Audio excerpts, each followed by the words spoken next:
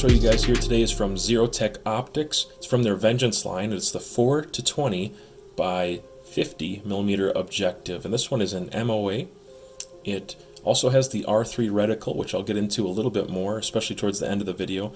Had a really good experience with this optic. It actually did not start off on my 110, which you're looking at right here. It actually started off on my air rifle because that's the first place I can go and test the tracking and extreme close range shooting, obviously, and it did really well. I was happy with it, so then I did move it over to my 110 Elite Precision and 6.5 so that I could run it out to long range. I started off by slipping the scales after bore sighting it. Only took a couple shots, and then I did use the turrets to move it over, and the reticle went right where it was needing to be, so it was only 5 shots in total to zero the optic. I was very happy about that. Really robust internals. Really like the turrets, the knurling vertically, horizontally. It's got scallops in there. It's great when I was, kind of warm and sweaty out there today, slippery on my hands. It was 95 degrees on this particular day.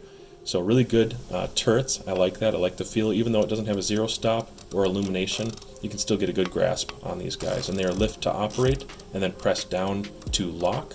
And so they're not going to get bumped when you're moving them around. And definitely tactile. They have a good feel to them. And I like the graduation that you see on those vertical lines there. Also, it lines up on zero, which is exactly what you want to see. And unfortunately, a lot of affordable optics, that's not so common. On the diopter adjustment here, there's a really good texture on there. Again, slippery, kind of sweaty out.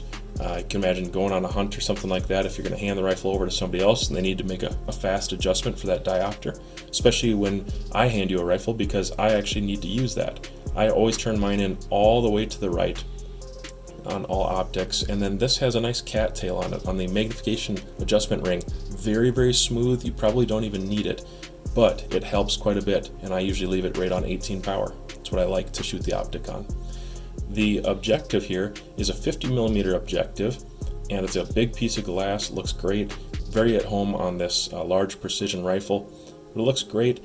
The clearance is good, and let's talk a little bit about glass clarity. It has really good glass clarity, and I could tell even on a very smoky day. All right, guys, I apologize for the lack of clarity in the video. I'm using my phone right now. Just because I want to kind of show you something. We've had the fires from Canada are pushing smoke down into Minnesota, and I'm not that far from Canada, and so we're getting really hazy conditions. I'm not sure if my phone will pick it up or not, but it's just very, very hazy.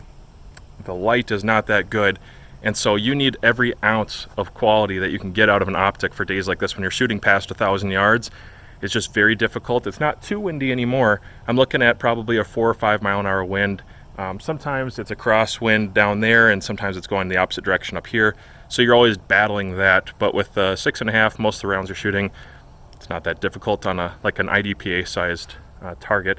I'll just tell you though that it's low light, it's definitely hazy out, and the optic is doing fantastic. The clarity is actually very much so keeping up with it. You can do a lot with an optic that is not super clear as long as the turrets are good and the reticle is useful. I'm not saying glass quality is everything. In fact, a lot of times it's not. It's not as important as people make it out to be. But on a day like today, just having enough magnification to spot those splashes in really dry conditions. Right now there's lots of vegetation up on that hill. I'll have to show you that sometime.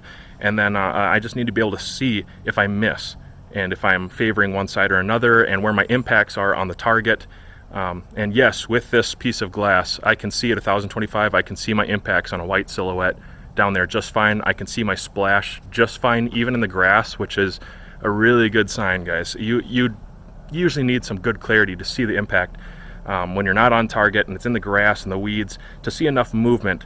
Plenty of magnification. I'm shooting on 18 power right now, which is as heavy as I would dare go. I really wouldn't push this optic up to 20 power at these distances just because of mirage and other things that are going on. Not to mention, it is so hazy down there, it helps a little bit to have more field of view and then just not be super zoomed in on the target. But reticle's fantastic, so usable. It's extremely clear. The diopter adjustment is really great. I've got a bad eye, okay? And so my bad eye, I have to have something that can go in quite a bit. I always turn to the right. I grab a new optic and I turn it to the right. And I'm gonna stop rambling. I'm just gonna tell you guys, it's doing great. I'm making plenty of hits out here, even in definitely non-optimal conditions. So you can see here I'm messing around with the Parallax a little bit, and it goes about down to around 10 yards, I would guess, somewhere in there, 10 meters, yards perhaps. and it goes up to infinity, and it's quite particular, but it came in very useful on this particular day especially. It allowed me to crystal clear that image when I was shooting at 1,000 yards and see my impacts on steel as I was looking down range. And again, I was only using 18 power. I was not maxing it out. I rarely max out any optic that I've ever owned. I try to stay down a couple power from the maximum range.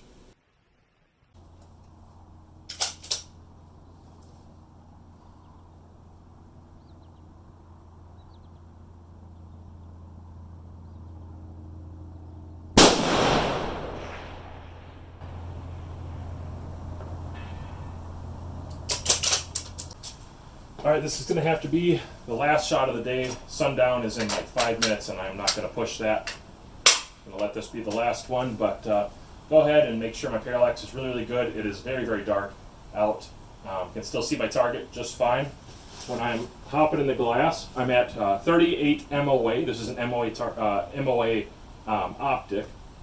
38 MOA, and I'm holding 4 over with 129 grain interlock from Hornady, and that sounds about right, I think, for the math. I'm usually a Mills guy, but it's fun. It's fun to mess around with MOA again, and I think a lot of people, especially target shooters, I think they appreciate this kind of reticle, and the turrets on here, they're great.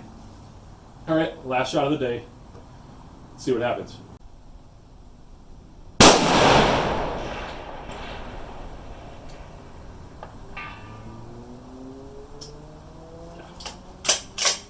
Not too difficult. It's a good optic. I like it. I recommend it, especially for target shooters. Easily out to 1,000 yards, probably beyond. I'm just at 1,025 right now, but I think there's enough elevation here to take pretty good calibers out a long, long ways, even in low light conditions with this much haze. It's pretty impressive, guys. All right, I really can't resist. One more, last bullet. It's so hard to quit. Oh, and you got the range to yourself. You just have to shoot on hot, miserable days, and you get it to yourself. It's awesome. Last shot. Here we go.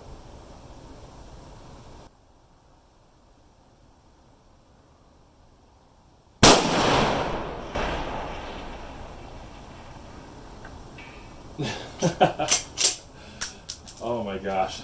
I love this rifle. I love this optic. And I love this range. It is a good time, man. Thank you to ZeroTech Optics for sending this out. I much appreciate it. It's fantastic. Wish I had more ammo. So here's one more picture or video of that reticle. It's the R3 reticle. It's an MOA based reticle. Remember, this is a second focal plane optic, so when you change the magnification, even though you're changing that, unlike a first focal plane, the reticle stays the same. So I think target shooters and hunters alike may appreciate that, especially. I found I pretty much just left it on 18 power. That's how I like to shoot it. I also really appreciated that in my particular case, it was boxed really nicely with some bikini covers, like pretty high quality ones, and then this neoprene cover, which is a very high quality neoprene, thick cover. And I was so surprised to find both of these in there. Guys, it was packaged so well. If this is just the character, this is the quality that they're putting out, ZeroTech is a fantastic company. I had a really good interaction with them. I can tell you on the personal level, I'm very, very happy with what I've seen. The scope feels, it just feels like every component is high quality. I love the turrets. They're very tactile. The glass is good. Everything is smooth. Nothing is gritty. This doesn't really feel like a more affordable line optic. It actually feels like a little bit higher tier optic to me, and that's a great sign. So if it doesn't have all the feature sets that you need, just look at the next set up, because it probably has what you're looking for, and the price difference is actually not that much.